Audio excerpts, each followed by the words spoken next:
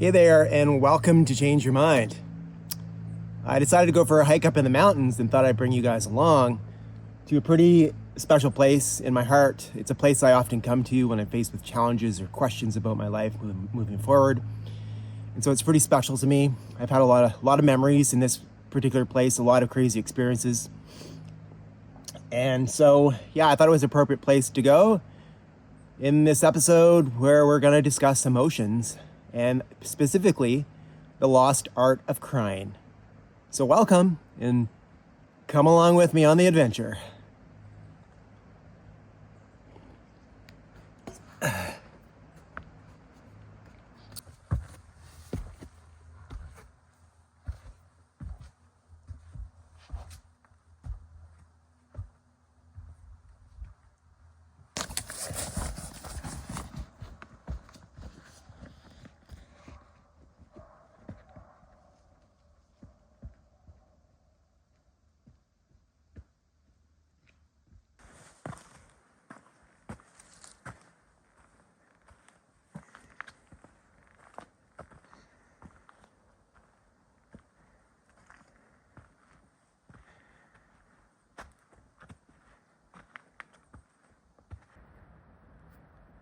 I was just wondering lately, do you remember the time when you were around 4 to 5 years old? Do you remember how something would happen, something that, disturbed you or made you feel sad or pain or uncertain? And in the process, you'd start crying and you'd cry, and then soon you would stop and move on to the next thing that was in front of you. Even for me watching children today, I marvel at their ability to bounce back and the resiliency after they have a troubling emotional experience, how they can cry, quickly let go of the emotion, and move on to the next thing that's in front of them, whether it be playing with the toy in the sandbox or riding their bike or whatever. It's just quite amazing how resilient they are. Well, for many of us that are now adults, that we seem to have lost that remarkable ability to express our emotions.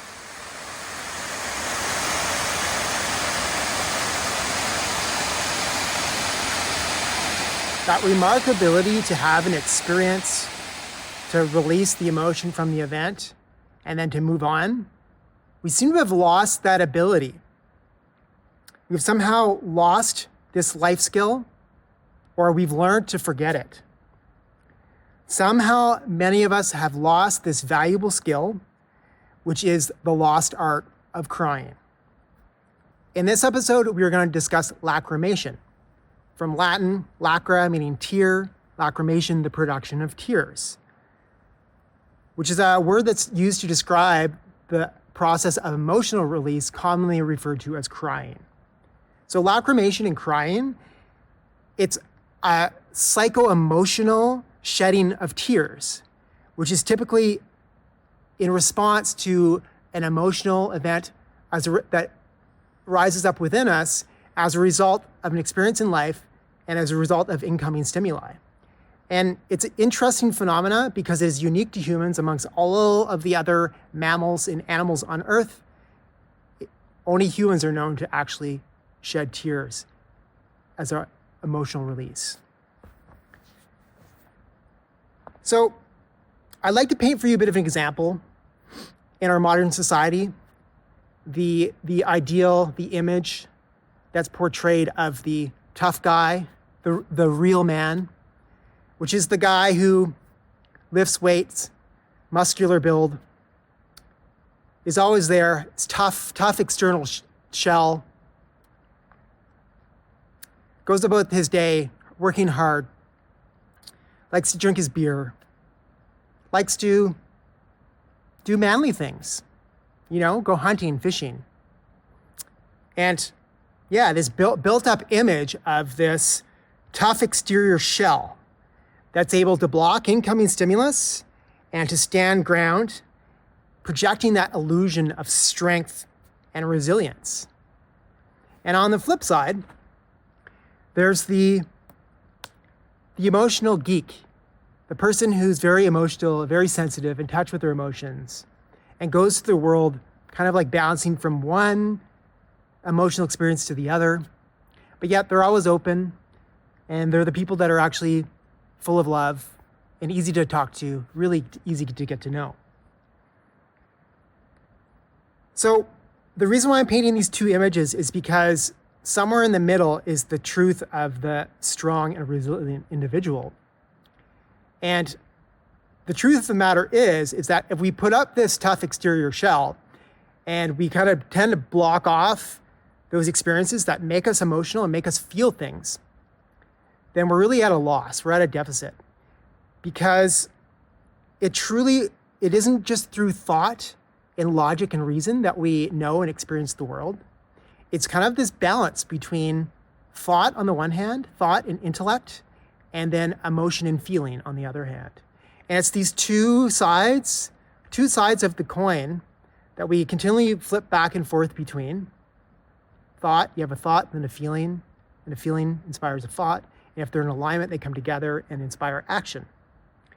So if we have this tough exterior shell and we're not allowing things to come in, we're not allowing ourselves to feel, then we really narrow the bandwidth of our experience in life, the things that we can actually truly experience and understand in the process of learning and growing.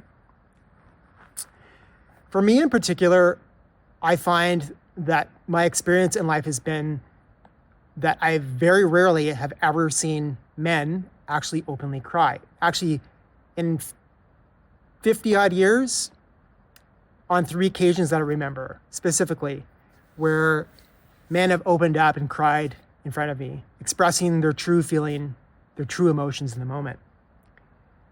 And I think this is a testament how we have all been so negatively conditioned to believe that crying is a form of a weakness, and it is something that we should be shameful and not openly display. However, like many things in life, all of this idea is completely erroneous and really backwards, because emotional openness and vulnerability is actually a sign of strength, honesty, and courage.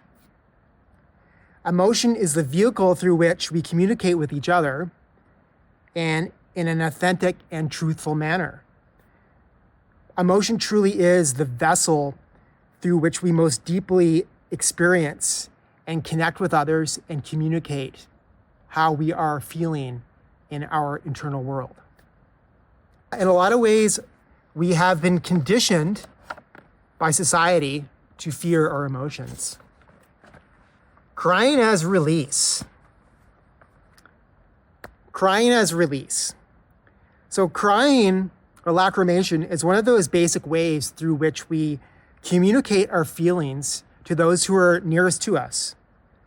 If you could imagine, before language existed, before we had the ability to converse and to say what we thought or what we felt, it was one of the foundational methods for communicating between members of family units or tribe. It was a way to show what our internal state was, how we were feeling inside. And to this day, it is still a very important, essential component of how we express our emotional states to others. In our daily experience through life, we're constantly taking incoming stimuli in through our senses, our eyes, our ears, our sense of taste, smell, touch. And all of this information comes in and then it gets processed, right? And so all of the stuff coming in, some of it's positive, some of it's negative, but generally speaking, we filter out and we try to take the good, select the good, pull the fine from the coarse, and then reject the negative.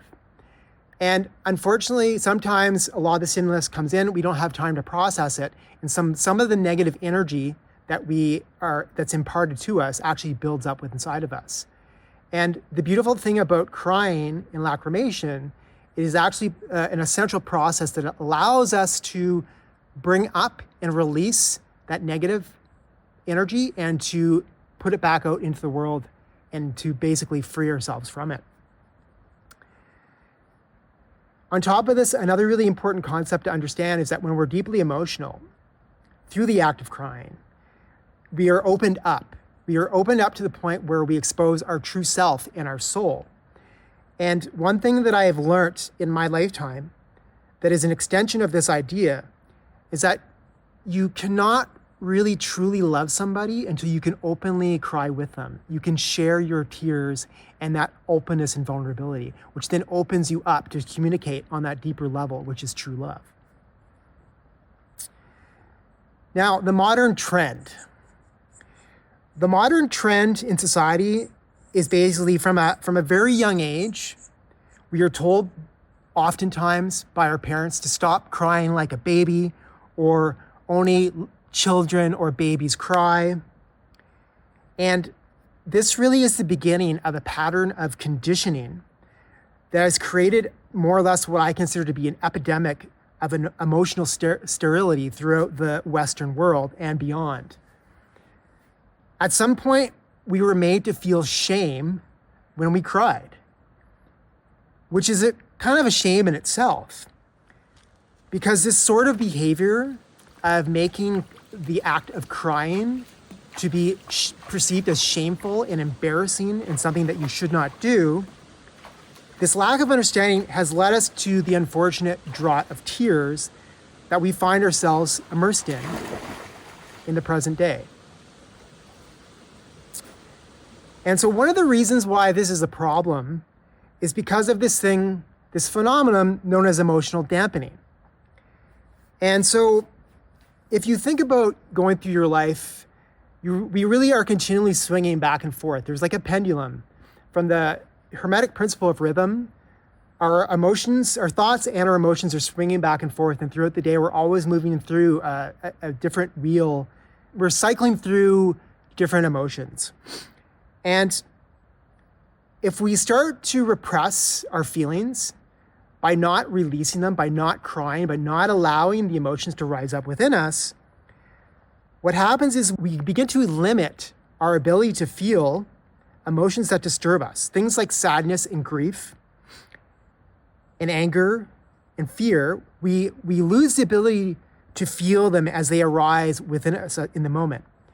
And we effectively cut off our ability to feel the opposite emotions of happiness, right? So if you'd imagine it's swinging, the pendulum swinging back and forth, if we stop the swing on one side, it effectively, right? If this is the grief and the sadness or fear side, if we restrict that movement, likewise, the pendulum now swings on a smaller arc, and you lose access to things like joy and bliss on the other side. And so by not expressing emotions in the moment, we limit ourselves, we limit the swing of the pendulum in one direction. So limiting the swing in one direction limits its swing in the other. And we effectively lose emotional bandwidth and the ability to feel more deeply our experience in life. So by burying or repressing emotions, we thereby restrict the full range of emotions that's available, that's possible in our experience in life. This is also one of the main barriers to the expansion of consciousness throughout the human collective. Holding feelings down through avoidance, repression, suppression, any kind of moving away or behavior that pushes emotions down or aside, results in them not being fully expressed. It's also a key factor that leads towards the build-up of conditions in the human system that lead to conditions like anxiety and depression. I have some notes here that I'll show you that I've taken. And I'll take you on a little spiel through these notes just to kind of give you a bit more of a graphical idea of what I'm talking about with this.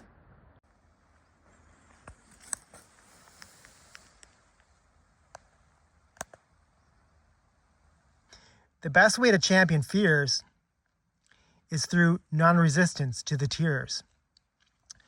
And yeah, there's two sides of being that we're constantly alternating between thought and feeling.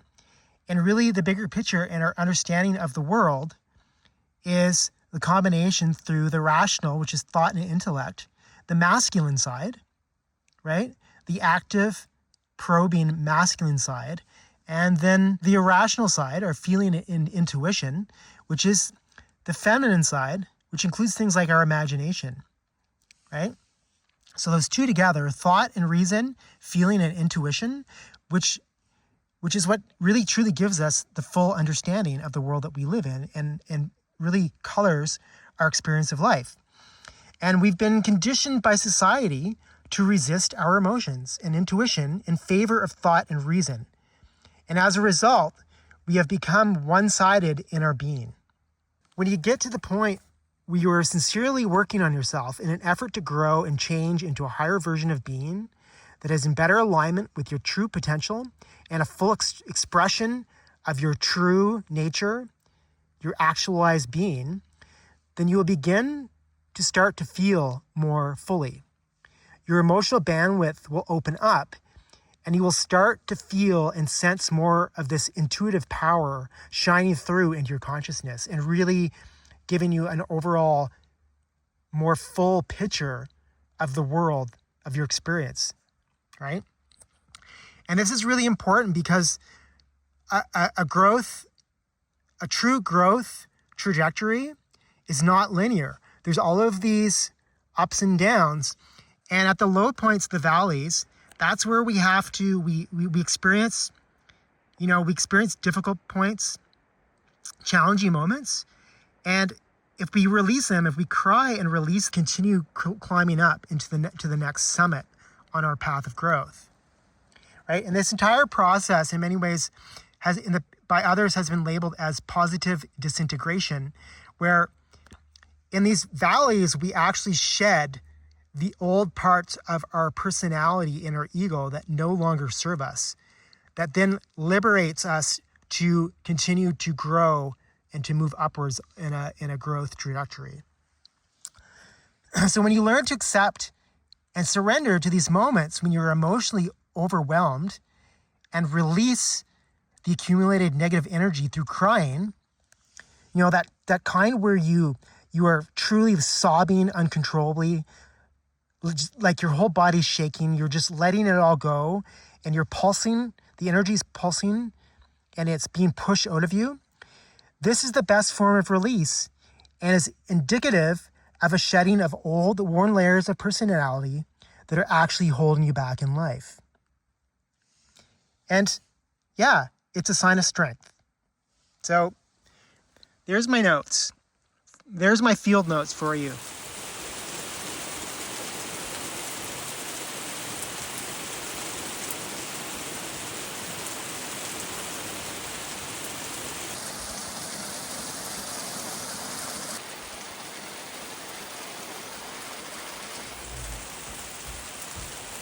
Oh my, what have we here? Hey, it's the middle of summer. Why aren't you outside swimming in the beautiful crystal clear alpine lakes and enjoying the fine and beautiful weather? This is what one does. This is me trying to make the most of my 24-hour stay in my new impromptu tiny home. In case you're wondering, I actually did find some very creative ways to spend the time, this quality time that I had with myself up in the mountains. Fun, fun, fun, fun, fun. It's kind of suiting that this is an episode about crying, because I could literally almost cry right now based on the conditions that I've experienced overnight. And last night I spent the night here in this emergency shelter, only because I wasn't really quite prepared for the conditions that moved through. This is August, and it's the first time at 1 o'clock in the afternoon that I've seen my breath, even up at this altitude in the mountains in the month of August, which is typically the warmest month up out here. So now you may be wondering where I'm going with all this. Where am I leading this discussion? Well, inevitably, it leads me to discussion of this thing that I like to refer to as the invisible prison. As a result of negative conditioning around outward displays of emotions, particularly with regards to crying, most of us now live in a prison constructed of deeply repressed negative energy that both limits our conscious awareness and our ability to live fully in the present moment. Most people are not aware of this fact, but the energy that's embodied in emotions, specifically in repressed negative emotions, it continues to circulate in the body, and when it is left unchecked, creates the conditions that lead directly to chronic disease. As increasing numbers of people are experiencing outward symptoms of anxiety and depression and other chronic ailments, it is important to grasp that part of the underlying cause is in subconscious learned behaviors around repressing negative emotions.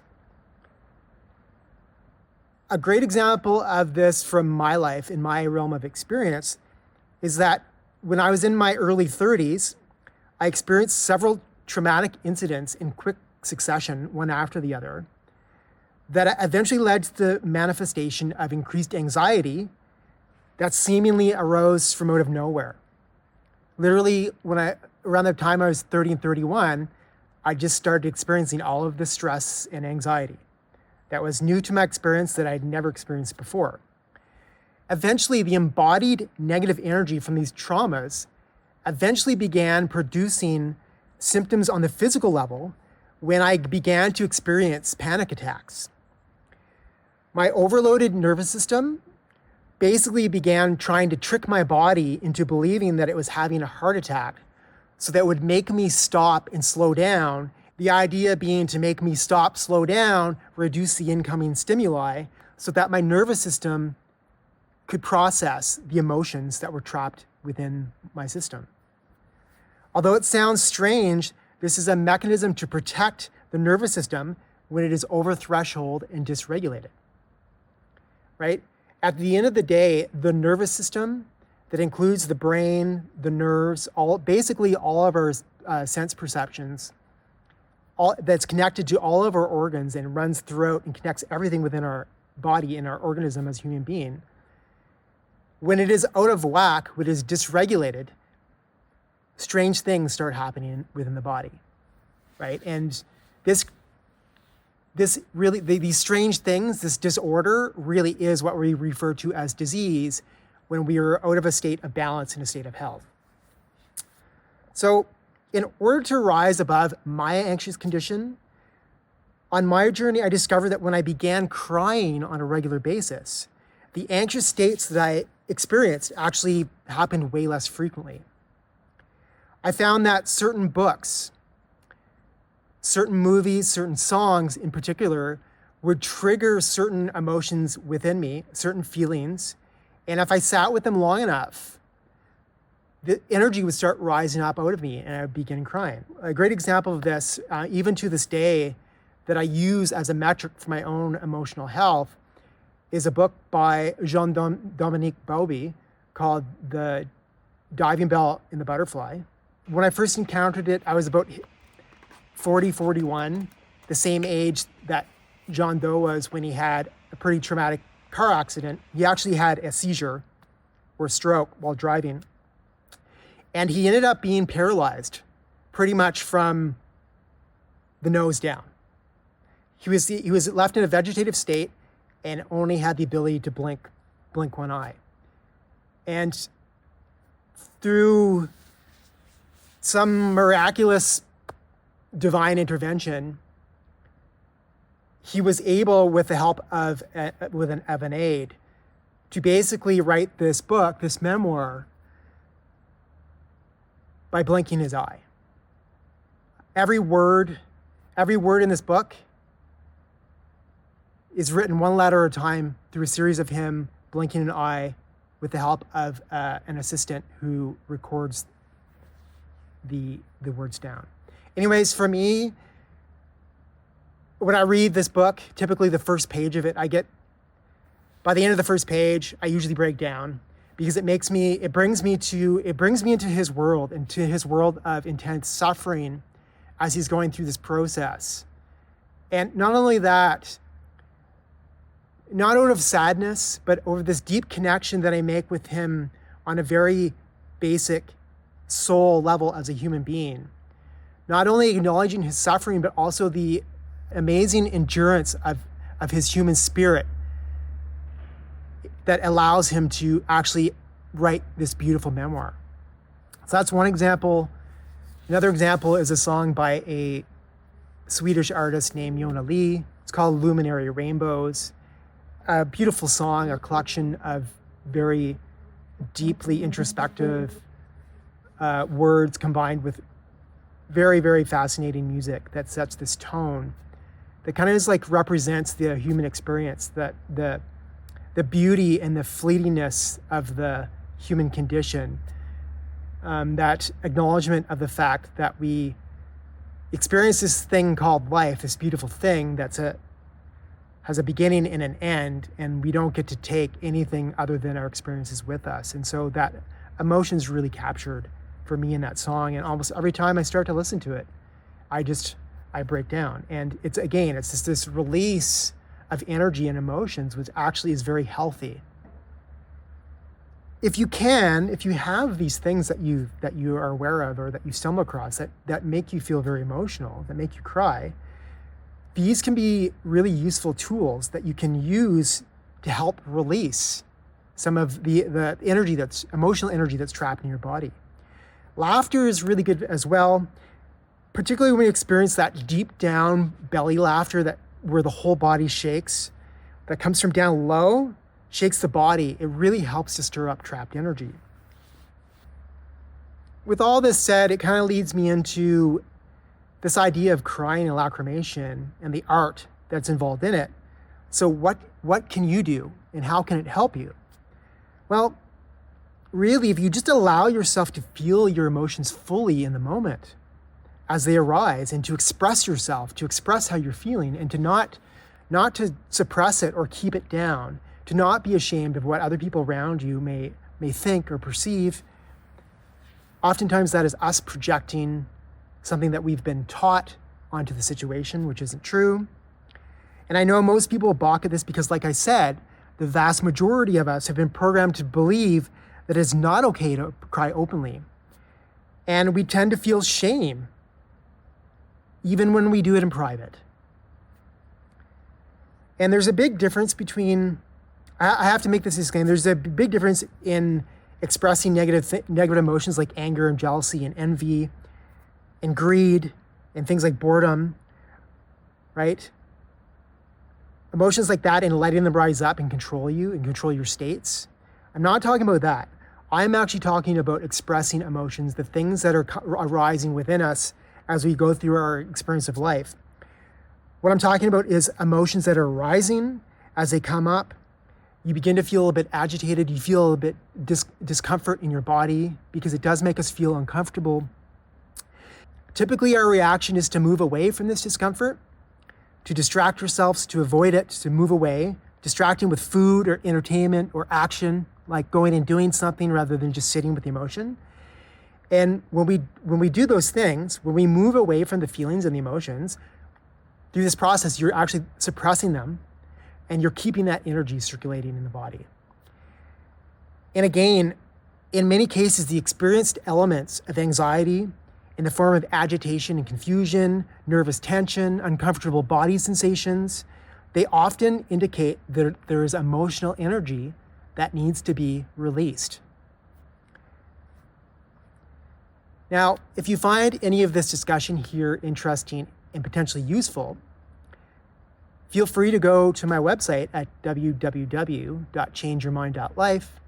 At the moment, I have a 70-page ebook that's available for a free download. All you have to leave is your name and email address. But I talk about a lot of these things and more, and the book is called 12 Steps Towards Freedom from Anxiety and Depression. And once again, it is available for free download at www.changeyourmind.life.